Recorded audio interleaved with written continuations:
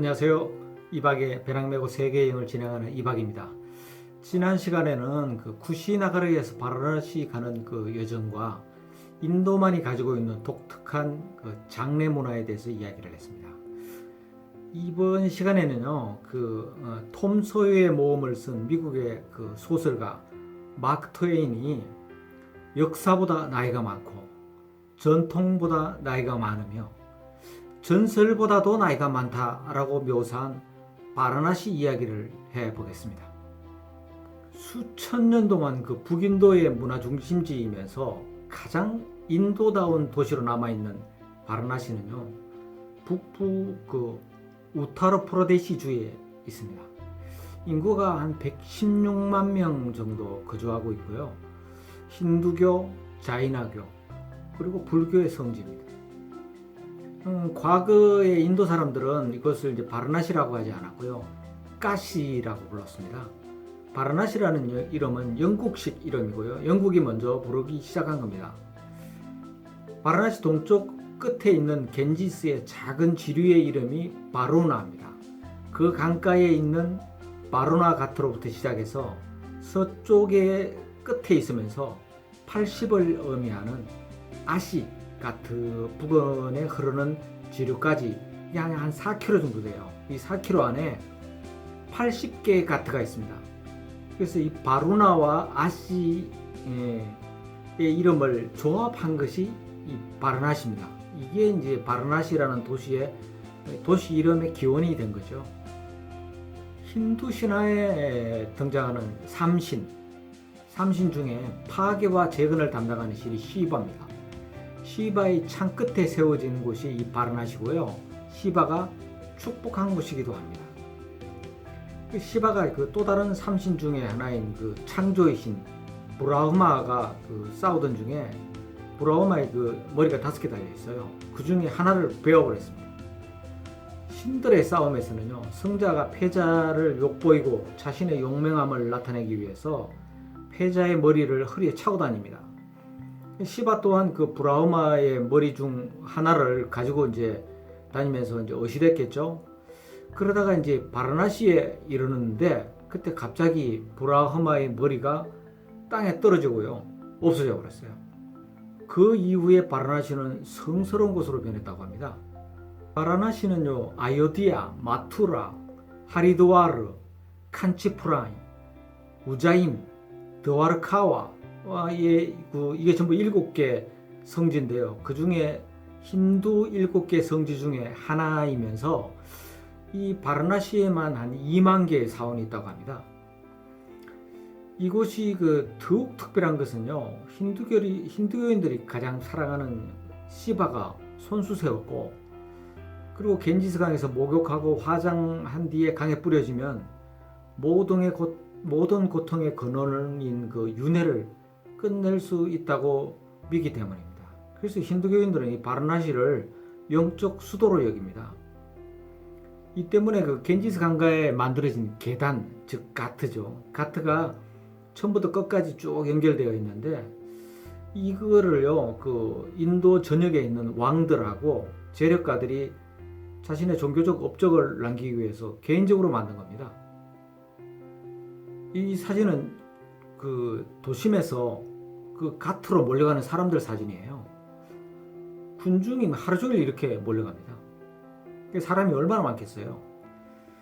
가트의 이름은 각각 그 기부한 사람의 이름을 붙여서 불렀지만은 이게 오래되면서 풍화돼 가지고 지금은 이제 구분을 하기가 어려워요.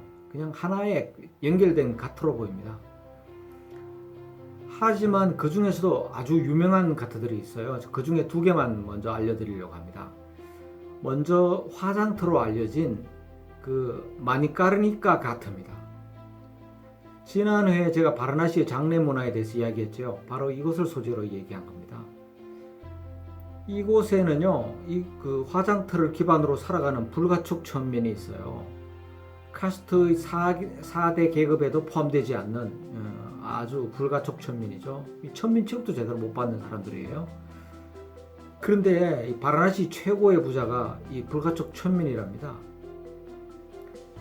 암흑을 물리치고 부정을 태운다는 그 신의 불, 아그니를 관리하고 있는 그 화장터의 운영자입니다. 인도가 가지고 있는 그 미사일 이름이 아그니예요. 신의 불이라는 뜻이에요. 이 아그니가 있어야만 화장을 시작할 수 있다고 합니다.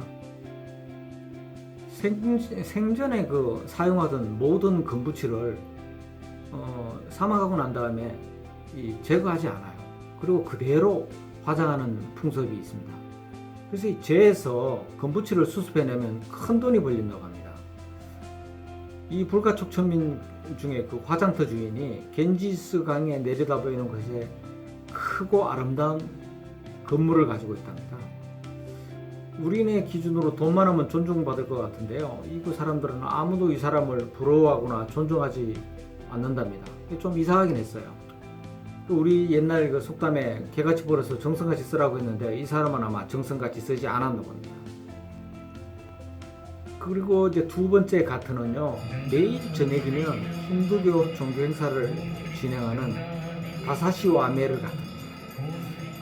많은 사람들이 이것을 메인 가트라고 부릅니다. 이곳은 뭐 새벽부터 밤늦게까지 24시간 순례자와 관광객이 북적이는 바라나시 최고의 중심이 되는 곳입니다. 근데 이제 이곳에 매일 저녁 6시가 되면 힌두교의 그 재래의식인 아르티 뿌자가 진행됩니다. 누구나 여기에 참여할 수 있고요.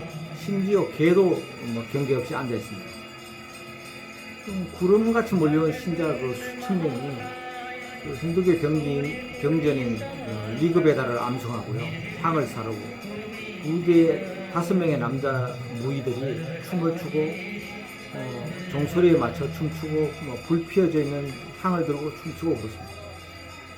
아마 텔레비전에도 가끔 등장했을 거예요. 근데 이 남자들은 성직자는 아니고요, 인근 대학교 그 학생들이고 아르바이트 하는 일을 합니다.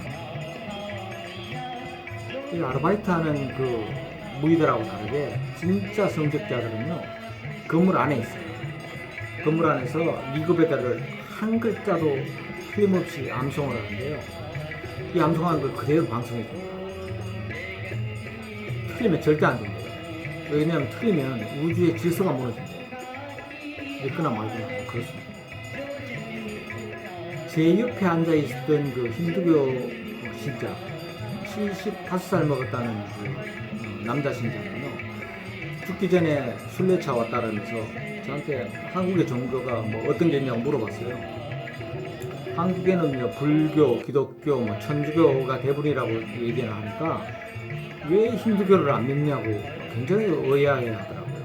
그럼 나보고 이런 얘기를 했어요. 아침에 일어나자마자 옴 샨티를 10번씩 암송하래요. 그러면 모든 일이 잘 풀릴 거라고 그러면서 힌두교를 믿으라고 했어요. 나중에 제가 찾아보니까 옴 샨티는 히브리어로 샬롬, 이건 기독교에서 얘기를 하죠. 아랍어로 살람, 이거는 이슬람에서 얘기하는 거예요. 그 어원이랍니다. 평온하고 행복하다, 뭐 이런 뜻이랍니다. 이곳에 그 낮이 되면은요, 파라솔을 만들어 놓고 그 밑에서 아주 그만한 태도로 앉아있거나 비스듬하게 누워가지고 순례자들한테 뭐 힌두교식 축복의식을 해주거나 뭐 미래를 알고 있다 그러면서 우리의 마인 점쟁이처럼 돈을 요구하는 그 세속화된 사두들이 아주 쫙 서 있어요. 이들 중에서도 뭐 신심으로 뭐 완벽하게 무장한 사도도 있다고 하는데, 내 눈에는 전부 종교를 빙자하고 삥 뜯는 사람들로밖에 안 보였어요. 이 사람들한테 사진을 찍으면 무조건 돈 달라고 그럽니다. 근데 이 진정한 사진 성직자들도 있대요. 근데 잘 모르겠어요.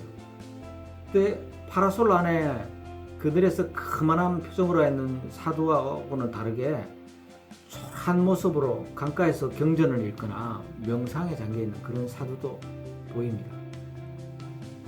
현지인들은 딱 보면 그냥 안 돼요. 저게 진정한 성직자인지 뭐 가짜인지 말로만 하는 사람인지 대부분 안다는데요. 근데 우리가 이제 관광객이 보기에는 뭐 구분이 어려워요. 뭐 가짜든 진짜든 카스트 최고의 계급인 브라만인 것은 맞답니다. 단지 세속화된 것인가 아닌가의 차이만 있다고 하더라고요. 좀 씁쓸했어요.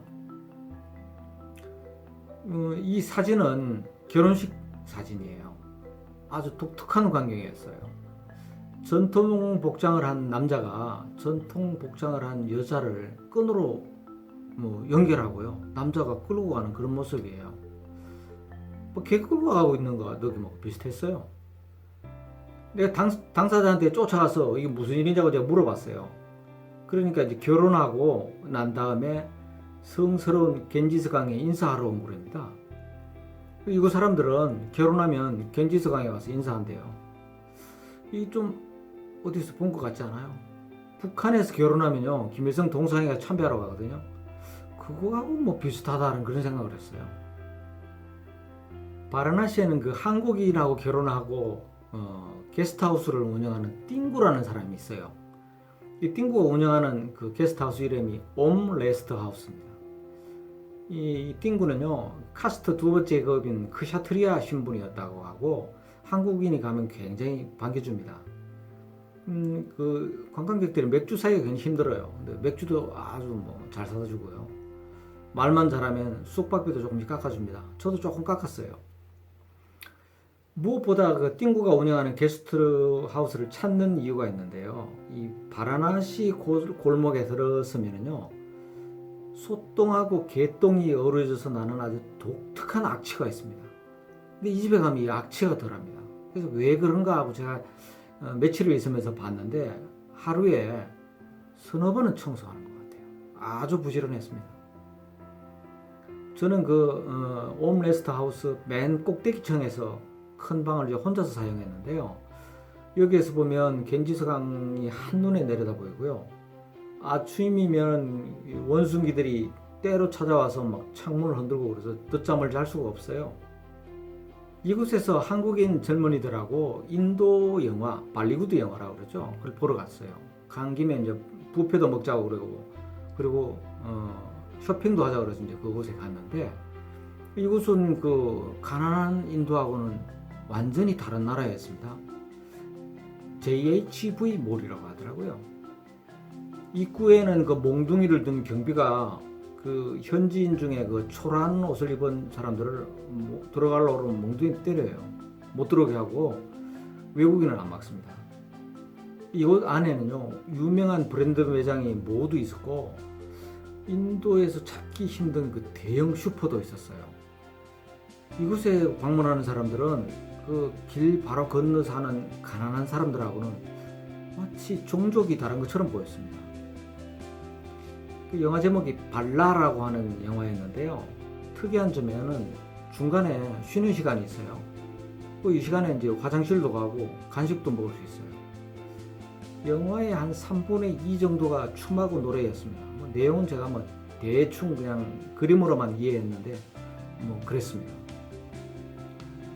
영화 보고 온 날 그날 저녁에 이제 제 방에서 그 같이 동행했던 젊은이들하고 밤늦게까지 맥주 마시면서 이야기를 많이 했었어요. 어떤 사람은 작곡가이자 가수로 성공할 날을 기다리고 있다고 얘기를 했고, 어떤 이는 방송국 작가로 근무하고 있는데 답답해서 왔다 그러고, 어떤 사람은 그냥 아무 이유 없이 와가지고 한 달째 있다 그러고, 여러 사람을 만났어요. 여행에서 청년들을 참 많이 만납니다. 제가 머리가 이 영상이 잘 보일지는 모르겠는데 서리가 살짝 내렸습니다. 국내에서라면 아마 그 젊은이들이 저를 보고 꼰대라고 외면했겠죠. 근데 여행 중에서는 저는 그냥 여행자일 뿐이에요. 나이 이런 거는 그냥 숫자죠. 완전하게 평등하게 되는 겁니다. 방을 같이 쓰면요, 그리고 음식을 먹으면요, 나이하고 상관없이 정확하게 더치페이 하고요, 서로에게 부담 주려고 하지도 않고 대접받으려고 하지도 않아요. 아마 그런 것 때문에 그런 것 같아요. 오늘은 여기까지 하겠습니다. 다음 편에는요, 바라나시가 힌두교 최고 성지임을 나타내는 황금 사원이 있어요. 거기 다녀온 이야기와 석가모니가 깨달음을 얻고 난 다음에 최초로 설법한 장소인 그 사르나트에 관한 얘기를 해보겠습니다. 감사합니다. 또 방문해 주세요.